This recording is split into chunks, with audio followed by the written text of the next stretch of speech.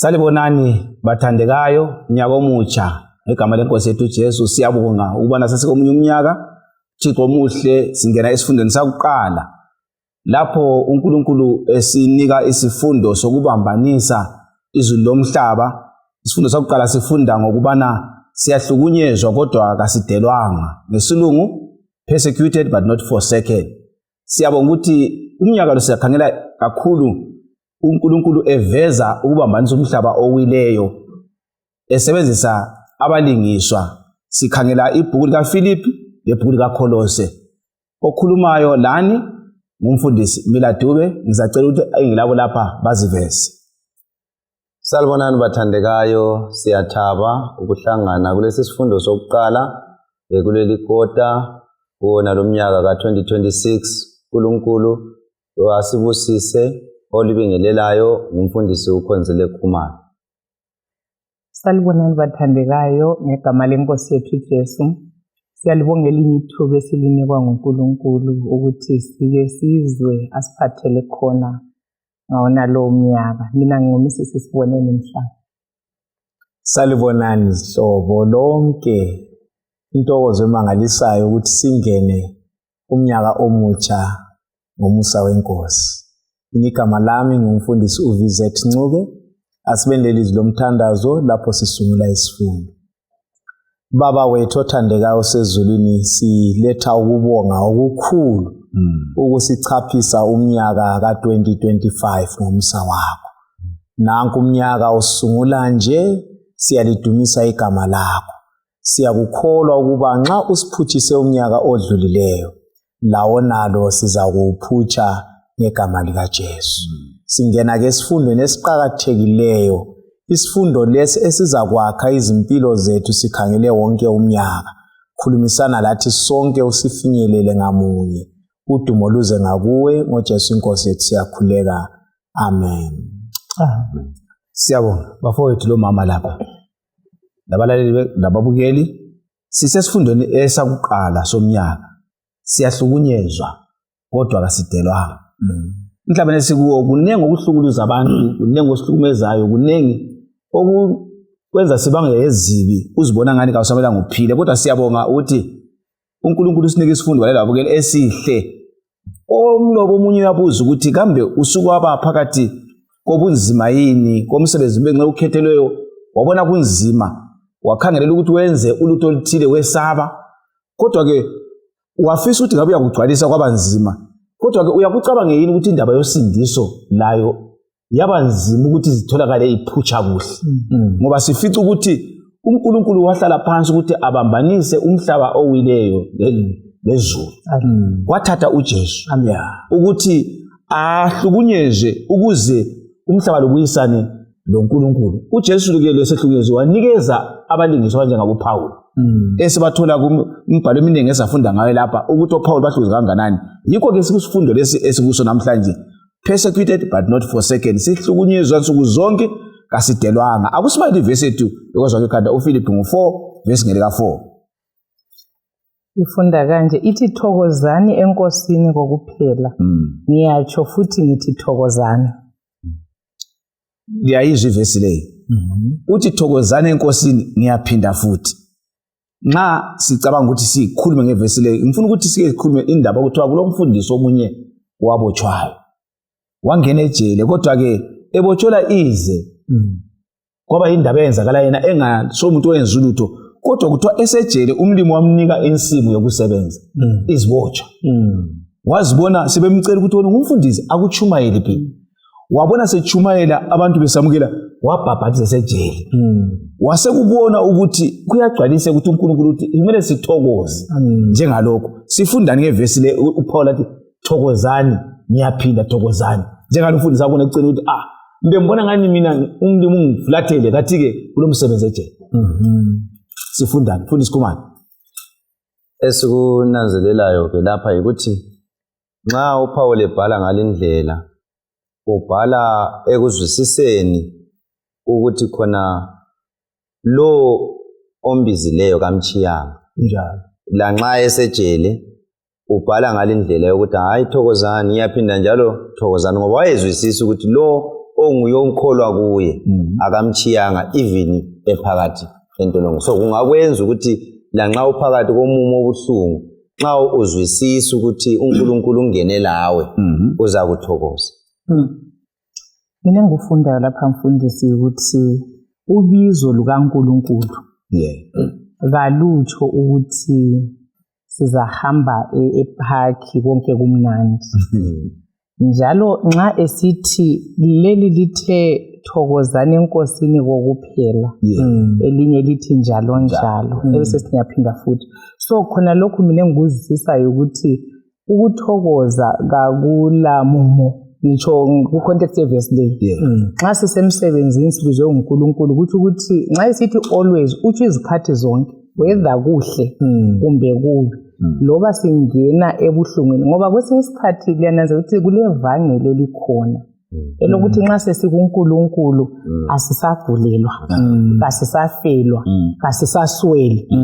But ivesi le nkambo leli lethile abantu abathunywa ivangeli kanye lathi iyasivezela ukuthi inkambo kwesinye isikhathi ngaba buhlungu ngoba siyazwisisa vele ukuthi kuyikulwa phakathi kukaNkulunkulu loSathane. So vele sizangena ezihluphekweni singene ezikhathini ezibuhlungu but isikhuthazo ukuthi kasithokozeni izikhathi zonke and okuletha intokozo ngifelwe kuyini, okungenza ngithokoze ngilahlekelwe ngumsebenzi kuyini, okungangenza ngithokoze ngizondwa ngiqanjelwa amanga njengalo mfundisi omlethileyo njenge-introduction. So khona lokho kusifundisa ukuthi kulolunye ulutho okufanele sibe yilo lona ukuze izinto lezi ezibuhlungu zibe yintokozo kithi. Yes, ngoba abantu uJesu uthe nxa belizonda beli-persecutor belizingela linathokozani, sithokozelani ukuthi thina siphiwe ingxenye iprivilege yokuthi sihluphekele leli vangeli lempilo ephakathi ukuze kusasa siyeba lesabelo futhi entokozweni yokuphila ophakathi. So siphila inamuhla sikhangele ikusasa. Mfundisi inamfundisi lebhala soyithi thokozani usejele. Kodwa kuba ngentokozo. Yikho phela khona ukungithintayo ukuthi ubhala esejele ibhuku leli sinxa sisehla sizananzela ukuthi libhuku lonke incwadi yonke ayiloba esejele. Now engiphuma lapho yikunanzelela even igama lisebenzisileyo thokozani enkosini. Lapha sithola inkosi iyinkosi yobudlelwano. So ulobudlelwano lenkosi ephakathi, ulobudlelwano lenkosi engekho phakathi. Uze kungikhumbuze kumnyaka ophelileyo sithe siku-camp meeting ukhona omunye ujaha wayelilunga lami kumbe ungithi lakade esililunga lami. Ujaha lo akwenzayo uyafika kimi uyangifonela ukuthi mfundisi ngibotshiwe kodwa ngiphumile ngebail. So ke ngifike ngahlala ejele ekami 2 weeks kodwa ngiphumile. Ngiphakathi ngiqale ngacela ukuthi uNkulunkulu ngicela ukuthi ungiphi ikhefu ke ngiye emhlanganweni wezihonqo nxa kulicebo lakho lokuthi ngibuyele ngizabuyela kodwa ke ngizahamba ngidlile. So uthi yena ngathi ngingena usuku lokuqala ngangena ngikhathazekile ukuthi kanti kutheni ngoba nxa wayechasisa indaba yakho uthi wayengakukholwa ukuthi ulomlando angeke ngufakaze lokhuyana.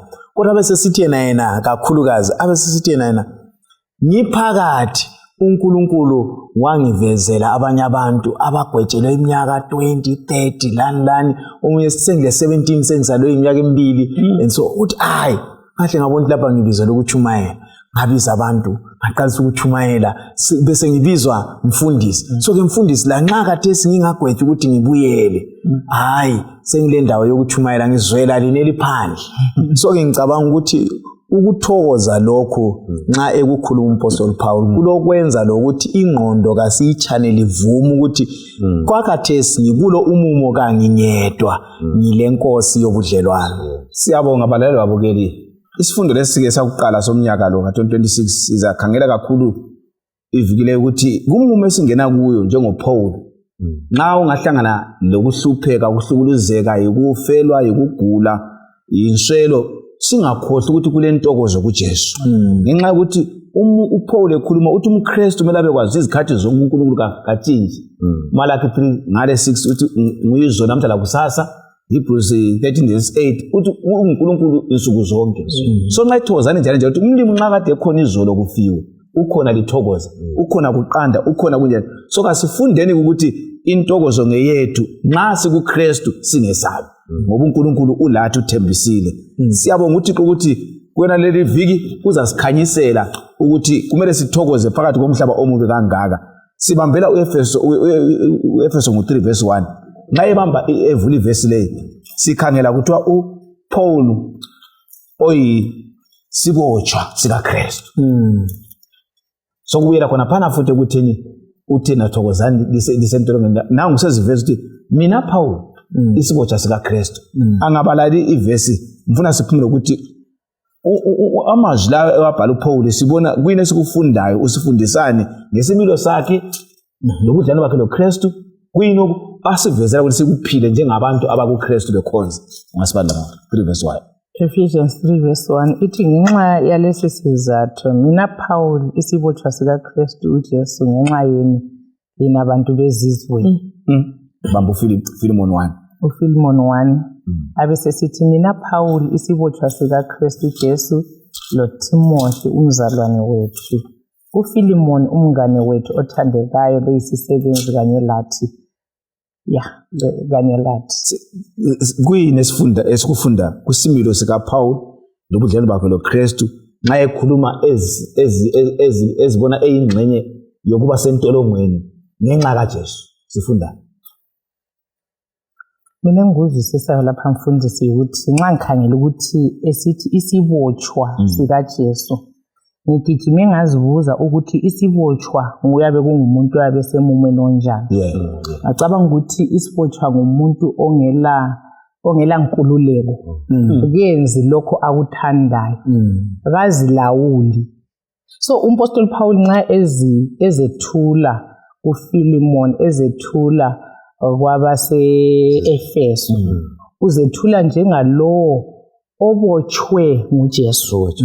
So usentolongweni ngoba yena kayisiolawula izehlakalo zempilo yakhe, ukuthi abe sejele kulawulwa nguJesu ngoba nguye umnikazi wakhe, nguye futhi umnikazi womsebenzi. So ngizwisisa ukuthi nxa usuyisibotshwa sikaJesu kukhala isicathulo sikaJesu. Nxa sisiya entolongweni siye entolongweni abe sesithi I will never, angisoze ngikuchiye futhi angisoze ngikulahle. So siyakwazi ukuthi esihamba laye ulathi. Ngizwisisa indaba yokuba yisibotshwa sikaJesu njengomuntu olawulwa. uNkulunkulu nguye ongilawulayo, nguye otsho ukuthi ngena la khona lapha hamba kanje. Yikho kumthola okumenza aze asibhalele incwadi yokuthi thokozanini ngoba yena lapho akhona uloNkulunkulu and uyazwisisa ukuthi konke kulungile. Anti kule ngoma lana engiyithandayo hymn 148 uthi la nxa engangiholela enhlane nxa uJesu ekhona kulungile. So uNkulunkulu kasifundisa ukuthi sibe yizibotshwa, ukuthi sivume lapha sithungamelela khona, lapha etsho khona siye njani siye, kungakhathalekile ukuthi umumo wakhona unjani. I think okunye ngikubona mfundisi lapha ukuthi asehlukanise ukuba yisibotshwa lokho. uPaul konanga, right, kodwa yisibotshwa. So ke ubotshelwe ukumela iqiniso lalo omthumileyo. So ke kwesinye isikhathi kulula ukuthi omunye umuntu abotshelwe icala lakhe alaziyo abese sehluleka ukuinterpreta kuhle. Kuqondile ukuthi la ekayesebenzela inkosi ngaleyo ndlela. Kodwa ke lapha uPaul kwakungekho okumbamba ukuthi abe kuleyo ndawo. Kodwa uba kuleyo ndawo. Bese ngithinta nguvesi 1 lo obalungu Mrs Mhlanga. Uthi yena ngani lina bezizweni.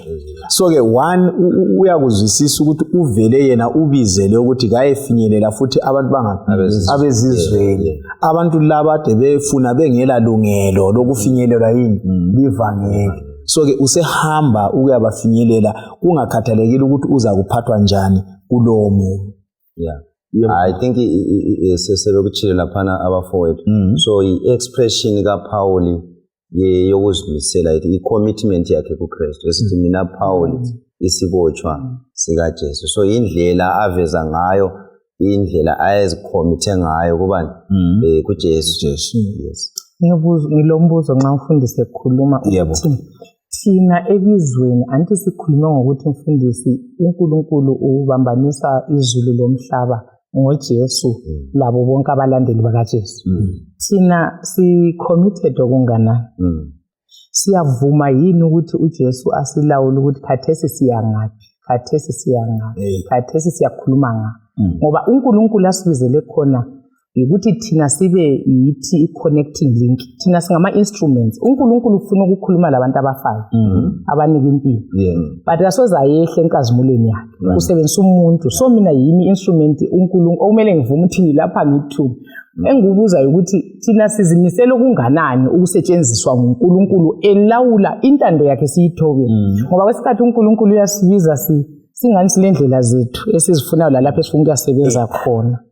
Ngicabanga ukuthi kuyasichallenge lokho ukuthi uMpostoli Paul avuma ukuthi yimi sibotshwa uJesu uyanilawula nguye onithatha la amfake la ansuse la amfake la. Ufuna sincedise abalaleli babukele ukuthi engxenye singabona ngani uPaul wayesejele ukuthi uyabuhlezi laphana inika ukudla uselaphana. uPaul uthokwa kule butho lalimlinda. Usejele aphinda lindwe sengani ubulela umuntu engenzanga lutho. Efela ukuthi kungane ekhuluma ngoJesu wafa wavuka. Kanti uJesu uvumile ukuthi aye laphana ukuze aziveze kubo bwana bejele lezibotshwa zonke. So engakubuza ukuthi sincedise abalaleli sifundani ke ngathi thina nxa singangena phakathi kwezinhlupho wenzile ungenzanga kuyini esikufunda la ngoPaul. Wenzile ungene phakathi kohlupho awenzanga ungene phakathi kohlupho. uPaul usifundisa ukuthi senzele. Sithokoze mfundisi. Thokoze Nkosi. Ngicabanga ukuthi mfundisi Khumalo iyangithinta into kaPaul ukuthi galandaba lokuthi uyangaphi nini uzatholana. So uyafika esigabeni sokuthi lapha ngivele lapha engithunywe khona kangiye njani kangiye khona kungakhathalekile ukuthi so ngezindlela uyabalekela. Ungakhangela futhi uPaul uyaveza ukuthi uyakaveze iCV yakhe ukuthi nxa ungakhuluma ngomHebheru wamaHebheru yimi, ukhulume ngomuntu oyilokhu yimi. Kodwa nxa sekufika lapha kasebenzisi iCV yakhe ukuthi hayi phela likhumbula ukuthi ngingubani. Konke uyalalela ngoba othumileyo kayisuye lokuthi impumela yini yaziwa ngulo onjani othumileyo. So khona ukuqinisile mfundisi ukuthi sonke sila ukuthi siyangaphi itshona ngingaphi kuzathini kangikwazi nakangivumi kuba yini isibotshwa sika Jesu Kristu. Mina ngicabanga mfundisi ukuthi thina njengabantu anti okwethu singaphangisa ukuthi sidinga amaloya ukuthi asikhiphe ubanika kudinga ibail ukuthi but siqalisa ukucomplain ukuthi umlimi uvuma njani ukuthi ngibe lapha mina liyakubonisa ukuthi ngicabanga ukuthi kudinga ukuthi si-understand intando kaNkulunkulu sivume kwesinye isikhathi sifuna ukuzikhipha emumeni uNkulunkulu esiplace ukuthi yenabe thina sibe i-light basindiswa njani singaphinda siphume ngamabail singaphinda actually njengoba sesike sakuthinta uNkulunkulu uyakufaka emumeni noma yiwuphi elenjongo yokuthi khona kuona lo umumo uyefeza umsebenzi othile. So esikufunda ngoPaul laphana ukuthi in every situation esingakufunda sibe ukuthi khona sibone sibe lelihlo elibona okungani ukuthi kungani ngibona lo muntu uNkulunkulu yabe lenjongo nxa sesizwisisile ukuthi thina siyizibotshwa zikaKristu. So sesikwazi ukuthi kakula mumo ozaphonga uzivelela. uNkulunkulu uzavuma ukuthi ungene kulwana umumo ukwenzela ukuthi uyefeza uthumo oluthize. Nxa umuntu ezwisisa ukuthi wena uyini uyisibotshwa sika. So thina kasikuboneni ukuthi khona in every situation kuyabe kule opportunity yokuthi umuntu ayechumana. Nxa ekhuluma umfundisi ukuthi sizibotshwa zikaKristu ufuna ncedisa omunye umlaleli ombukeli nxa ukuthi uyisibotshwa sikaKristu sengamukele njengomsindisi so sengiphila impilo yakhe usengisusile kunkululeko yami yokuziphilela. So esengikwenza sengani ngibotshwe nguye kanti ngikubotshwe kule nkululeko ukuthi ngiveze uthando lesiphambano kwabanye abantu lakimi. So siyabonga abalaleli bakithi uNkulunkulu wona lumnyaka ufuna ukusivezela ukuthi sizibotshwa zikaKristu ekukhululekeni sezonweni sisuka kuzo sisiya kuKristu. Ngakho yebo kakulula kodwa uPaul usifundisa ukuthi singakhangela kuNkulunkulu kuzabalula sike sikhangele uPaul ephakathi kwamaketane Paul in chains uphakathi kwamaketane aphi qala ngo2 Corinthians 6 verse 5 singayi ku4 lapha Corinthians 6 verse 5 mfuna ukuthi sibambe lapha ukuthi uPaul uthi uphakathi kwamaketane sesibonile ukuthi uthe uyisibotshwa sabona ukuthi ubotshwe kanganani lapha sikhuluma ngamaketane ukuthi wayesibotshwa ngokususwa lapha ekhona wayejele sesilapha ngibotshwe futhi ngisejele ngamaketane yiwapi Verse 5 uthi ekuchayweni ekuvalelweni entolongweni laseziphithiphithini ukusebenza nzima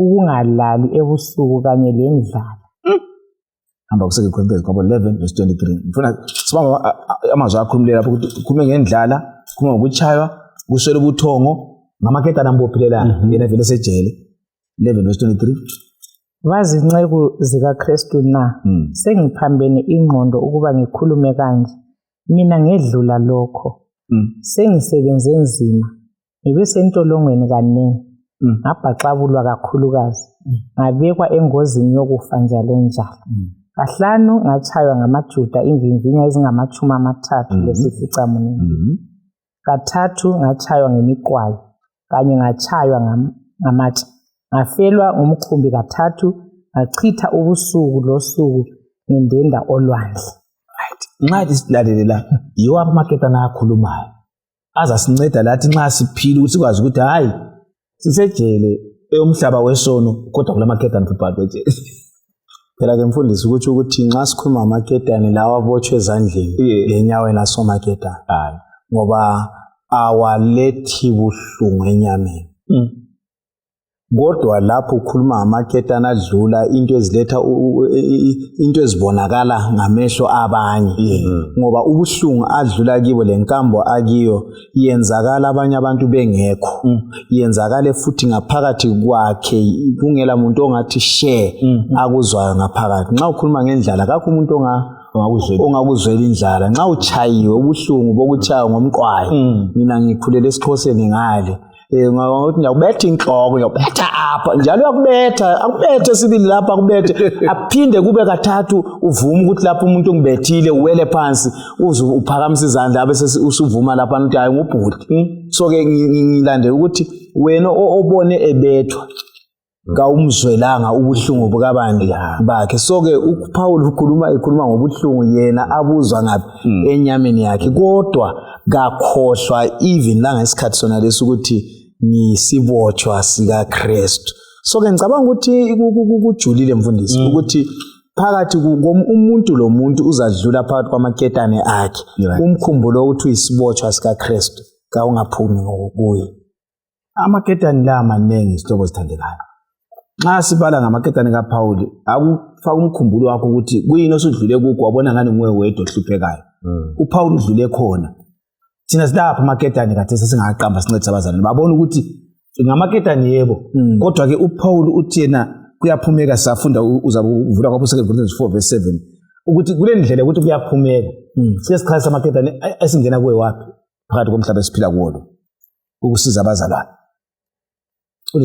kuma kukhona izimfa ezinye ezingazwiseki izingozi ukuthi thola imuli yonke chabalele ukuchazisa usithi so kulezinto eziningi ezihlukuluza izimuli konke khona lokho nxa sikubona singakhangela umpostoli Paul kuyasinika amandla ukuthi khona siqhubeke sisiya phambili akukhuluma ngezingozi ngicabanga omunye khona phela edolobheni lakithi kobulawayo ukuthi ubevakatshile ehambile uyabona nje izindawo emhlabeni wathi indlu salilayitha abantu bechisa umlilo wazibuyela wodwa walanda indlu izimele kodwa lapha yathi yaphela yonke usechiya le holiday yakhe sefika sokungumloda ngamagedane ukuthi uphume khona phakathi ukuthi ngikwazi ukuthi uNkulunkulu nguyayinika indlu leyi mina ngisaphila uzanika futhi impilo so ngithi mina kuba lababukeli singazama ukubona ngani sisodwa uNkulunkulu ukhona nxa uPaul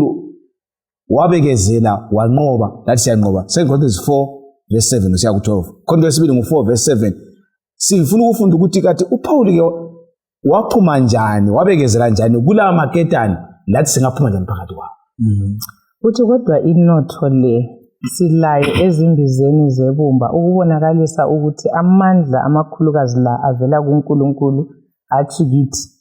Sincindezelwe kalukhuni enhlangothini zonke kodwa kasifihlizeki. Sididekile kodwa kasilahlanga ithemba. Siyahlukuluzwa kodwa kasidelwanga. Sichayelelwa phansi kodwa kasibhujiswanga. Sikuthwele njalo nje emzimbeni yethu ukufa kukaJesu, ukuze ukuphila kukaJesu lakho kubonakaliswe emzimbeni yethu. Ngoba thina abaphilayo sihlezi sinikelwa ekufeni ngenxa kaJesu, ukuze ukuphila kwakhe kubonakaliswe emzimbeni yethu efayo. Ngakho ukufa kuyasebenza kithi, kodwa ukuphila kuyasebenza kini. Yabuzwa uPaul. Uthi thina kusebenza ukufa, kodwa ukuphila kini ngapho phandle. Ngoba mina mphakathi kokufa ngisejele la. Ngihlukuzekile kodwa ngenxa kaKristu. Ngoba yena uKristu nguye phela wabethelwayo, wavuka nguye osinika impilo. So umuntu njengomsindisi kumele angene ekufeni njengoKristu. Ngeke ufe physically usuhambile. Khona ukuhlukuluzeka ikufa ngoba uyakhutshela ilungelo lakho lokuphila. Ukuze uphile uhlukuluzekile siphuma lana lapho uPaul okwenza bekezela uPaul kuyini. Ngamazwi akhuluma yena. Umpostoli Paul wakuzwisisa ngize ngikhumbulo omunye umlobo wabhalayo kuthiwa nguDietrich Bonhoeffer ukuthi when God calls a man, he bids them come and die. So ukuthi sizwisise ukuthi nxa umlimi vele sesibizile uzangena lathi ekufeni. So wazwisisa uPaul ukuthi wayengayedwa. Yikho kwamenza ukuthi enelise ukuthi khona aqhubeke ngoba wayezwisisa kakhulu i-great controversy ukuthi inkulu. Ngoba mbona ngani yikho kungasincedisa lathi ukuthi nxa singena kumbe kusekufeni, kumbe kusemkhuhlaneni, kumbe ngaphi sizwisisa ukuthi kukhona okukhulu kulalokho engikubonayo. I-great controversy, uSathane behind all these things. So khona lokho singakuzwisisa sesikwazi futhi ukuthi uJesu akavumi ukuthi singene yena ngeke. Hayi ungena lathi pha. So esejele uPaul wayekwazi ukuthi unobani uNkulunkulu. That's why siza kubona phambili noma basebebotshiwe lo Silas kuthiwa baqhubeka behlabela bedumisa. So babezwisisa ukuthi sikhona lapha uJesu la. So yikho kwamnika amandla ukuthi enze njani aqhubeke esiya phambili. Umfundisi nxa ethinta laphana kule verse nxa liyane siyifundile igcine ngoverse 12 and uvesi ngu-16 wakhona uthi emumweni onjalo kasilahli ithemba. Uvesi 18 abesesithi ngakho amehlo ethu kasiwakhangelisanga kokubonwa kodwa kokungabonakaliyo, ngoba okubonakalayo kuyedlula kodwa okungabonakaliyo kuyahlala phakathi. So umpostoli Paul uhlasinika impendulo yokuthi kungane senelisa ukuma emumweni yonke. Sichayelelwa phansi kodwa singafihlizeki. Uthi ngoba thina kasikhangelanga kathesi ubuhlungu bomzimba lokho esidlula kibo, kodwa amehlo ethu angangale entweni ezingabonwa ngamehlo enyama. Kuyintokozo esiyakuba layo ukuyishare lo Kristu owathwala ubunzima ukuze sishare intokozweni yempilo ephakathi. So impendulo ikhona la ukuthi thina sikhemele sikhangele ibigger picture ukuthi isiphetho kule joy, kule nkazimulo, kule ntokozo ebekwe ngale iyo kumele ukuthi sigcine sithembekile la, ngoba lokho futhi ku temporary. Uthe lapha izinto ezibo ungafunda uverse 17 izinto zonke lezi ezisehlelayo vele uthi ziyadlula. Ukufa kuzadlula, indlala izadlula. So mina ngiyafisa ukukhuthazeka lababukela ukuthi kasingavumini ukuthi izinto ezibuhlungu lanxa zibuhlungu onganani ziyadlula zisehlulekisa ukuyangena enjabulweni ephakathi. Ngiyakuzwa Msimhlanga nxa ngilalela uthi ukuthi lanxa impilo ingabanzima kanganani singakhohlwa amazwi kaJesu aka 28 19 kuya ku 20 uMateyu uthi bhekani ngilani. uJesu uthembise ekwazi ukuthi kule nhlupheko la uthi ayibhekani kodwa ngilani kuze bese kuphelele. Ufuna ukuthi umfundisi uthe ekhuluma mama lapha ngathintwa ngomunye umumo owenzakale kunsuku ezingekhatshana. Ngithintwa ngomunye umzalwane asazana uthi mfundisi kulabantu endaweni enje abafelwe ngamalunga emuli. Siyakucela khathesi sicela uyechumayela khonapho. Ngasukuma ngingakwazi ukuthi ngiyangaphi. Nxa ngifika ngifica ukuthi ubaba lo ofele uyagula kakhulu. Ufelwe ngubani? Umama labantwana bathethe imota badriver baya endaweni ethile. Bafika benza i-accident bengu-4. Abathathu bahle bedlula. Kwasala lo mntwana onjani? Oyedwa. Angitsho. Lo baba onjani? Ogulayo. Uyiphatha njani leyo nkonzo? Kodwa inkonzo yaba buhlungu yile. Ubaba lo la wasedlula. Kwasala umntwana. Laba abantu ababekhona kwakulomunye owayefelwe kumaviki adlulileyo. Efelwe umntwana. Uthe buya kumfale wathi nxa kunje Nkosi konke kulungile. Mina nxa ngilimele kangaka ngoyedwa pho ngithini ngomntwana lo. So ngilanda ibala leli alifundayo lapha ukuthi siyalimazwa, sihlukuluzwe kodwa siyanqoba. Amazwi la angithinta ekutheni omunye nxa eloba commenta ngoDaniel ngenkambo kaDaniel uthi yena uNkulunkulu when God wants a man watch his steps. Akukhayini nxa uNkulunkulu ekufuna ukuthi wenzani uthi yena he hammers you but you don't crack. Uyakuthathela isagila akudutshuze lapha kodwa usala ungaqamukanga. Uthi yena he bends you but you don't break. Konke lokho uthi akwenzelayo kungazathi nxa ulalele kungazathi uNkulunkulu ujonga ukuzwisa ubuhlungu. Kodwa ekucineni kwakho konke khangela ukuthi oDaniel bemanjani loba wonke umuntu odlula ovuma ukuba yisibotshwa sika Kristu. Amazwi awakhulumayo kasakhuluma itheory, usekhuluma inkambo alayo. So ke mina ngicabanga ukuthi sonke sinje silenkambo ethi futhi uNkulunkulu uthembekile mfundisi ngoba kasoze avume kube lesilingo esiphezulu kwamandla kabani. Hayi umuntu lo simfanele kangidlule phakathi kwani kwaso. So ke sonke labalaleli hayi zonke obhekana lazo ngoba uyihambile indlela uJesu. Uqinisile. Sibalela 2 Corinthians 6 verse 3 kusiya ku7. Uqinisile balaleli lababukeli nxa isijelo mfundisi asimeni lo Kristu owahlukuluzwayo wanqoba sinqoba ngenxa yakhe la. Amen. Uthi akasibeki izikhubekiso endleleni yomuntu ukuze imfundiso yethu ingasolwa. Kodwa njengezinceku zikaNkulunkulu sizethula ngazo zonke izindlela ngokubekezela okukhulu ekuhluphekeni, ebunzimeni kanye lasezinsizini, ekuchayweni, ekuvalelweni entolongweni, laseziphithiphithini, ukusebenza nzima, ukungalali ebusuku kanye lendlala, ukuhlambuluka, ukuqedisisa, ukubekezela kanye lomusa, ngomoya ongcwele langothando oluqotho, ngokukhuluma iqiniso langamandla kaNkulunkulu, ngezikhali zokulunga esandleni sokudla lesenxele, ngodumo langehlazo, ukukhulunyelwa kubi lokukhulunyelwa kuhle, siqotho kodwa sikhangelwa njengabakhohlisi. Akulandisela lapha yikuphi okwamsizayo njengomthombo yezinto zakomoya ezamnika ukwazi ukuthi hayi kungaze kubhekana lami njani kodwa engubambile lapha kuyikuphumelela nxa kade baleza lapha. Mina ngozwile umfundisi ubalisa indaba yokuthi amandla okuma enhluphekweni atholakele elizwini likaNkulunkulu. Atholakala ekuzideleni ngokuthandaza langokuzilukula. Ngoba akulamandla esingawathola ngaphandle kwamandla kaNkulunkulu. Nxa esithi ngezikhali zonke zikamoya, ngicabanga uEfeso 6 ukuthi kasilile inyama legazi. Abe sesithi nxa kunjalo ke lina hlomane izikhali zonke zikamoya. Sifanele ukuba lelizwi likaNkulunkulu yilo lodwa liyasala liyisikhali siyakulwa sinqobe. So nxa sisima ngamadolo sithandaza sidinga amandla kuNkulunkulu awokuma enhluphekweni. Nahlala ngicabanga kwesinye isikhathi ukuthi nxa sithi asithandazeni yagulelwa sithandazeni ungani sifuna umuntu masikhiphe enhluphekweni. But inkambo leya isiyokukhutshwa enhluphekweni ngeyokuthi mlimo ngincedise nginqobe la ngihambe endleleni. So yi attitude omele sibela njengezibotshwa zikaKristu. Akula muntu omele bypass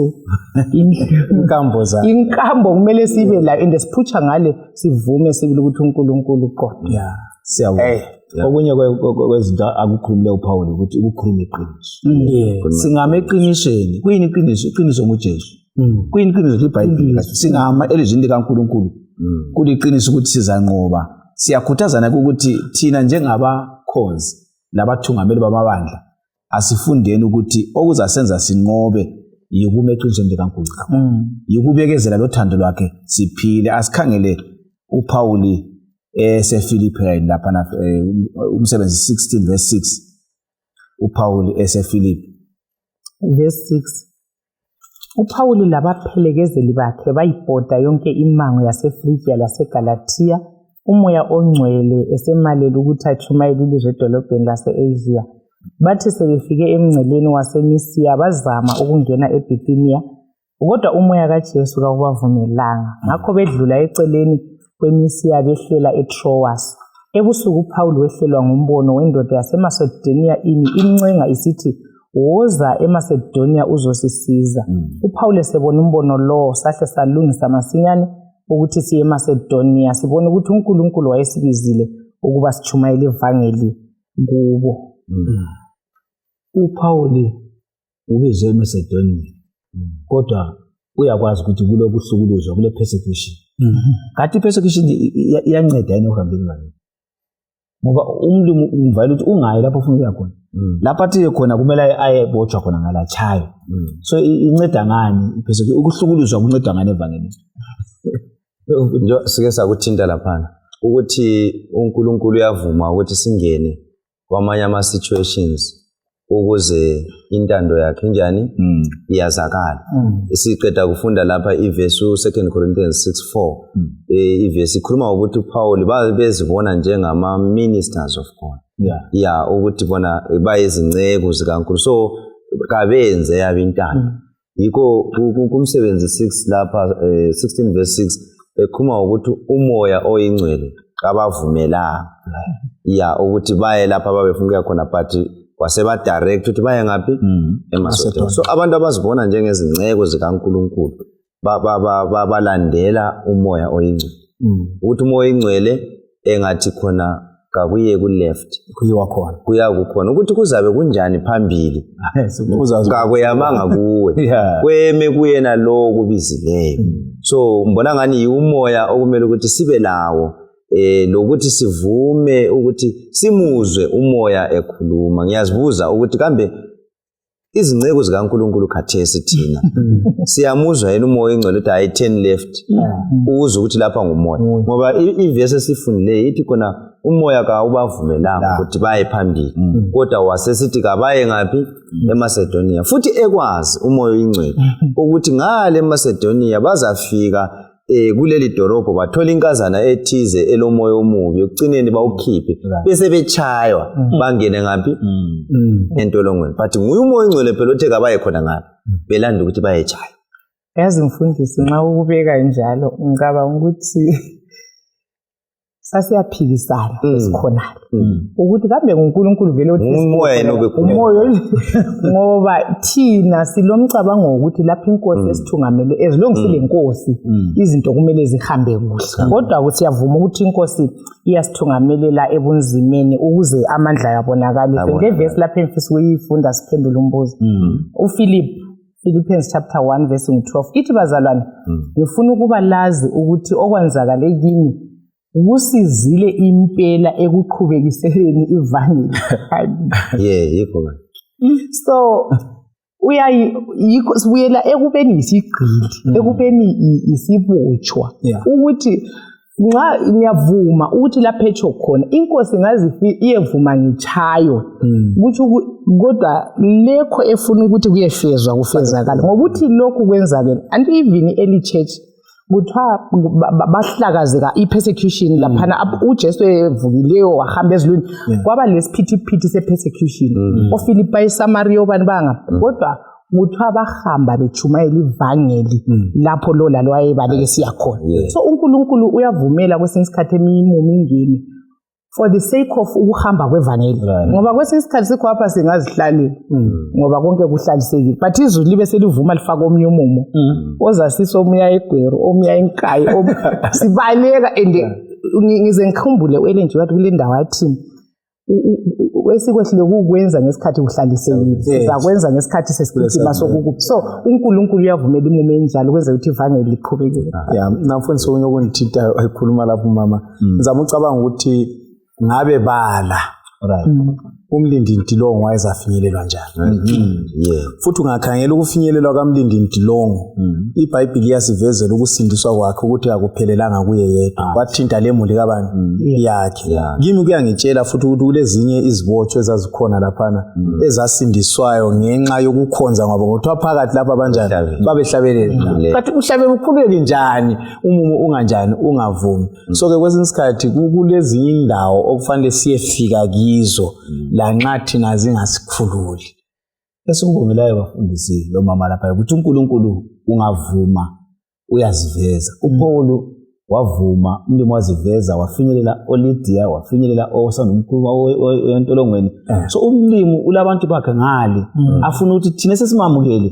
sivuma ukuthi wena ngithe hambe eGodola ngomqando usejele uyekhuluma ngithe izulu imoto kufele kulomuntu engizamthuma khona pha so asivumene ukuthi umfundisi ukuthi imumo yonke singena kuyo ipackage kaMlimo yokulungisisa umhlaba ukuthi ubuyelisane lezulu inkosi ayisisize balela abukeli sifunde ukuthi uNkulunkulu ufuna sibe laye senze intando yakhe sibambela uFilemoni 15:16 ngifuna sikhangele uPaul eseKolose siphendula umbuzo ukuthi uPaul kanje wahamba wafika yini eKolose xa uthi uPaul leKolose wahamba wafika yini wachumana njengalokho wahamba kwezindawo zonke lezi uFilemoni 15:16 ngifunde ithi mhlawumbe isizathu sokwehlukaniswa lawe okwesikhatshana sasiyukuthi ube laye futhi kokuphela engaseyiso sigcili kodwa esengcono kulesigcili njengomzalwane othandekayo uyathandeka kimi kodwa uthandeka kakhulu kuwe njengomunye wakho la njengomzalwane enkosini Kolose 4:9 uzasibambela khumalo khona ukuthi uPaul ukhuluma ngobani wakutheni thina mhlawumbe kwenzela ukuthi umamukele sengumzalwane ubugciliso obuphelile Kolose 4:9 lesimo 9 ithi ubuya lo Onesimus umzalwane wethu othembekileyo lothandekayo njalo ongomunye wenu bazalitshela konke okwenzakala lapha yes lapha esikunanzelelayo yindlela uPaul asebenza ngayo esiqeda ukukhuluma ngakho lapha uPaul beseMacedonia sinanzelela ukuthi uPaul ufinyelela labanothileyo oLydia ngendlela yokuthi angathinta abanothileyo lapha abale influence khona imali zabo lakho konke kuzahambisa ivangeli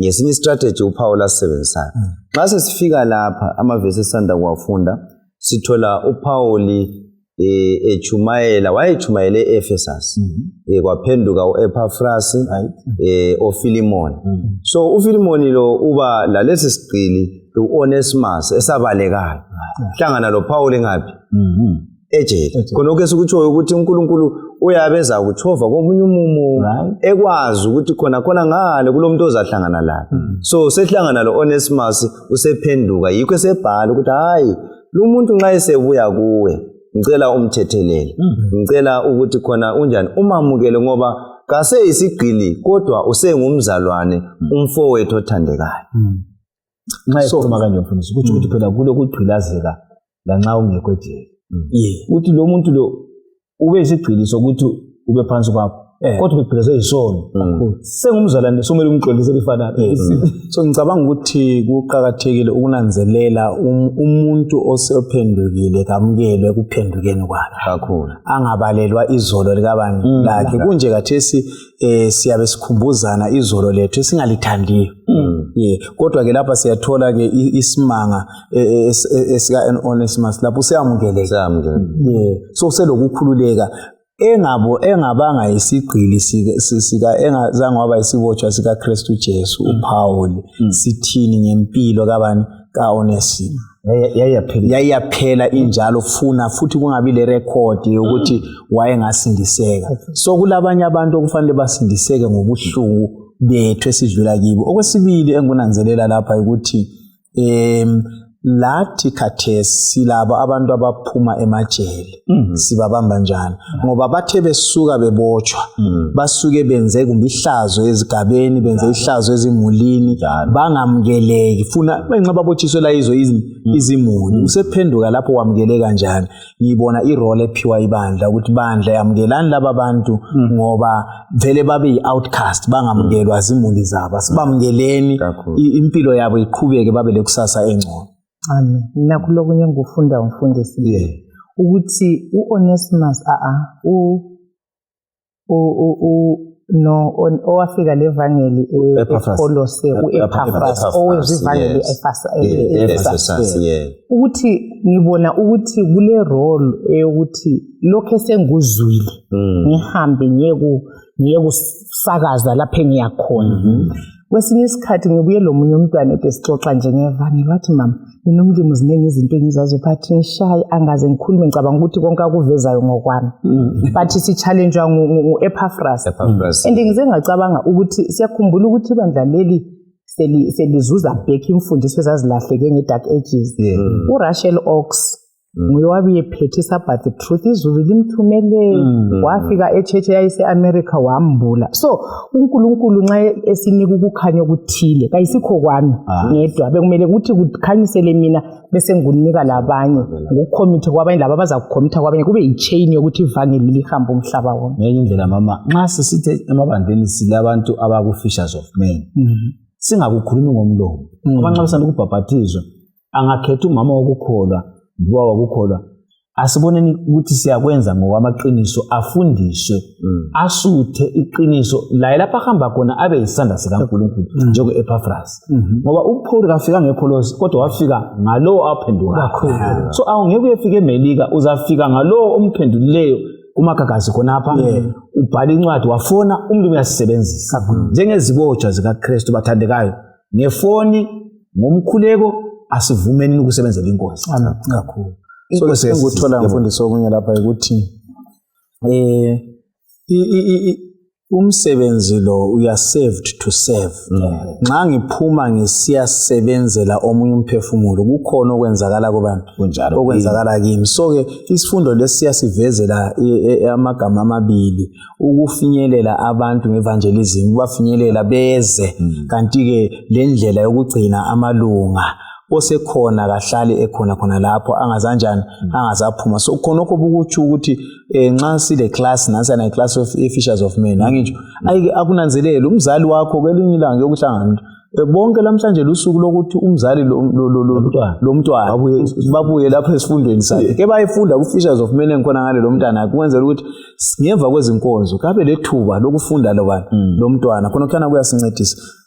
Siyabonga kakhulu balaleli abukeni inkosi ayisisize sikwazi ukuthi yebo kambe siyahlukunyezwa yebo kambe siyabanjwa isitha ngendlela zonke kodwa singakhohle ukuthi kuthiwe asikhalalwanga nguNkulunkulu kasidelanga yikho kwenza sibe lesifundo lesi ukuthi sifunde ukuthi uNkulunkulu ufuna senzeni naso okunye kubambile lapha Onesimus lapha ngibona silibele ukuthi sithola isifundo esinye sokuthi uNkulunkulu umuntu angaphenduka simele sikwazi ukuthi izolo yembelwa ngamukeleke bantu ukuthi wenzani ngasokwethu igazi lika Jesu lixolela wonke umuntu emulini zethu emabandleni asikufundeni khona ukufuna ukuqina I think usukuthintile mfundisi benisithi mina okunye sikufunda khona phana ngithi ivangeli liyasincedisa ukuthi sithi defy angiswele ibala lesintu lapha ukuthi siyekele ukulandela iorder of the day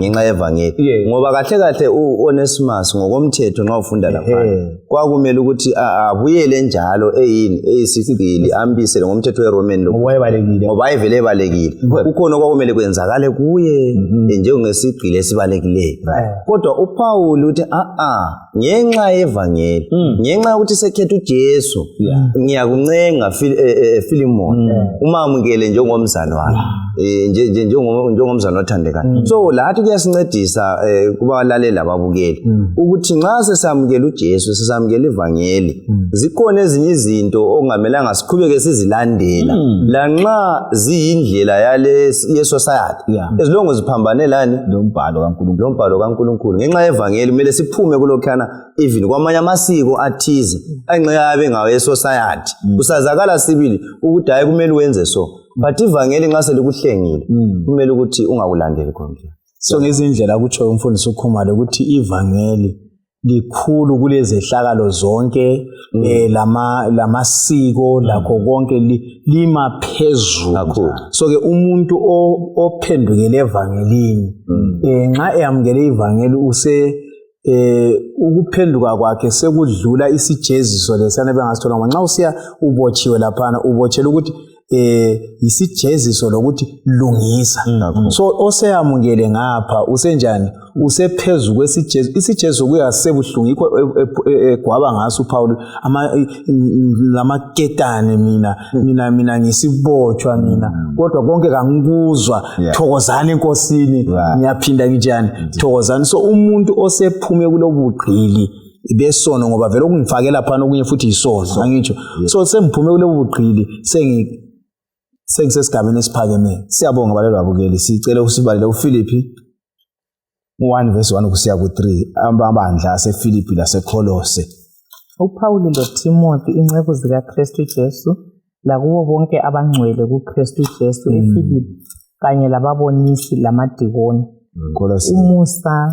Umusa lokuthula kuvela kuNkulunkulu uBaba leNkosi uJesu Kristu kakube yini. Nxa evula uKolose 1:1 funa sibambe ukuthi ukhangela ibandla akhulume ngabangcwele abathembekileyo. Sifuna ukukhuluma ukuthi utshoni ngamabandla la kuyini asivezela ngamabandla la uPaul awabona ewabhalela yena esejele ngendlela akhangele ukuthi aphila njani. Kolose 1:1-2 uPaul umpostoli kaKristu Jesu ngentando kaNkulunkulu loTimothy umzalwane wethu lakubazalwane abangcwele labathembekileyo kuKristu abaseKolose. Umusa lokuthula kakube kini kuvela kuNkulunkulu uBaba wethu. Kuyini esikufundayo ngobungcwele abukhulumayo nokuthembeka kumabandla aseFilipi laseKolose. Mina oqala engihlangana lapho mfundisi lapha indlela aku-addresse kakhulu ngayo ikakhulu khangela encwadini kaFilipi la uyaveza ukuthi uPaul lo Timothy bazinceku angazi vela but bezinceku abeseveza ukuthi ilizwi leli lifinyelela obishopi lamadikoni ngabantu abaphethe amahofisi labanye kodwa abona ihofisi abayiphetheyo inkulu somehow kulalapha kodwa ke bafika esigabeni sokuthi la nxa siphethe ihofisi enkulu siyazithoba ngoJesu.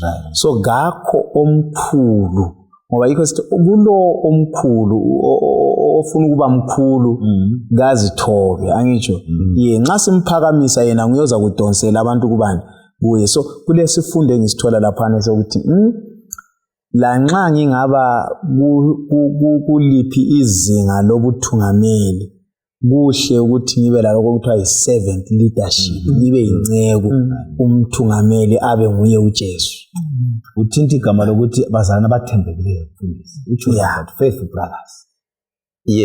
Nxa ukhangela amabandla lawa amabili indlela addressa ngayo uPaul ukuze ngokuthi ethi abangcwele ibala elisebenzisa laphana ngamabandla ubungcwele loba isibo lobe singabubeka maybe ngendlela eyinye ukuthi hayi umuntu lo usesesigabeni lesi esithize kumbe sekwelenye izinga but ngamabandla akhethekileyo amabandla asephekileyo akhethekileyo ngenxa yalokho asebekuthwele ngoJesu. So abesesithi khona amabandla lawa ngathembekileyo kathi njalo uthando lwabo kubangcwele. So ngamanye amazwi ngamabandla ayephila lokho ayekuchumayela ayephila lokho ayekufunda ikakhulu ukutshengisa uthando kubanjani kubazalwane ukutshengisa uthando kubangcwele. Abangcwele ngabanjani ngabakhethekileyo ngababekwe eceleni ngenxa yevangeli. So kusithi ukuthi khona nxa sesamukele ivangeli silempilo thize esiyiphilayo engavuma ukuthi uthiwa laba ngabangcwele. Asisaphili nje njengaye wonke umuntu. So amabandla lawa ayaveza ukwethembeka elizwini, ukwethembeka ezenzweni. Yikho babenika uthando in terms of ukupha sibili. Makhangela uPaul esentolongweni laphana, ibandla laseFilipi bazihlupha ngoPaul, bazihlupha kakhulu, baze babuthanisa bengakubuthanisa izipho bamkhumbula uPaul. Angikwazi ukuthi amabandla ethu khathesi anjani ekukhangeleni kakhulu not only abasejele kodwa abaswelayo, abanidi. Siyabonga balalela ukele inkosi isikhumbuzile kulesi sifundo ukuthi siyabhidlizwa, siyahlukulizwa kuze bese kufeni, kodwa lingakhohlwa ukuthi kasidelwanga. uNkulunkulu usikhethile ukuthi ngosindiso lwakhe aluveze ngoKristu lathi sibe ingxenye yabaletha udaba lokuNkulunkulu. Ungatsho amazwi akho khumala okucina uphinde utsho mfundisi abe sesijima lapha sivale. Njobana ke usukuvezile mfundisi wami ukuthi nxa sitshumayela ivangeli engunanzelelayo uSathane uzasipersecute, uzasizingela, uzasi-opposa, kodwa sidinga ukuthi sifunde isibonelo esihle kubazalwane bethu uPaul labo Silas, sifunde kakhulu isibonelo esihle kuJesu esokubana sazi ukubana siyabekezela, sihlale sithembekile njengabafowethu ovula indlela bevangeli, babambelela ungakhathalekile ukuhlukuzeka, ngoba nxa sibizwe evangelini vele impi inkulu iyachisa, kodwa ngoJesu sizanqoba. Siyabonga. Mina ngifisa ukuthi abalaleli lababukeli baphumelele indimana yokwazwa ngekhanda. Thokoza enkosini, ngiyaphinda njalo ngithi thokoza. U-Alpha no-Omega, isiqalo lesiphetho, ihambile indlela woba isigqili sikaKristu Jesu, woba isibotshwa sikaKristu Jesu. Uyihambile indlela la uza kuyinqoba.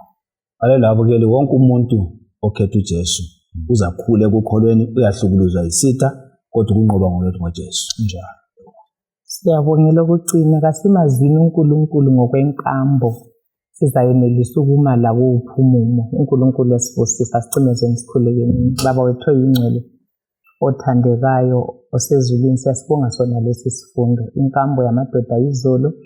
Sicela ube inkambo yethu thina osibambisa imfihlakalo yevangeli ensukwini zokuphela. Sicela ukukwazi sikwazi singakuthandabuzi, khonokho kuzasinika ivini esibinde engozini. Usisibandla ubusise ibandla elizalalela sona lesi sifundo, sikhuthazeke, siqinisele ikho konke ekucineni kulomqhele wempilo engapheli ovuma sibekezelele khona lokho size siyetshaya intambo. Ngayi Jesu siyabonga. Amen.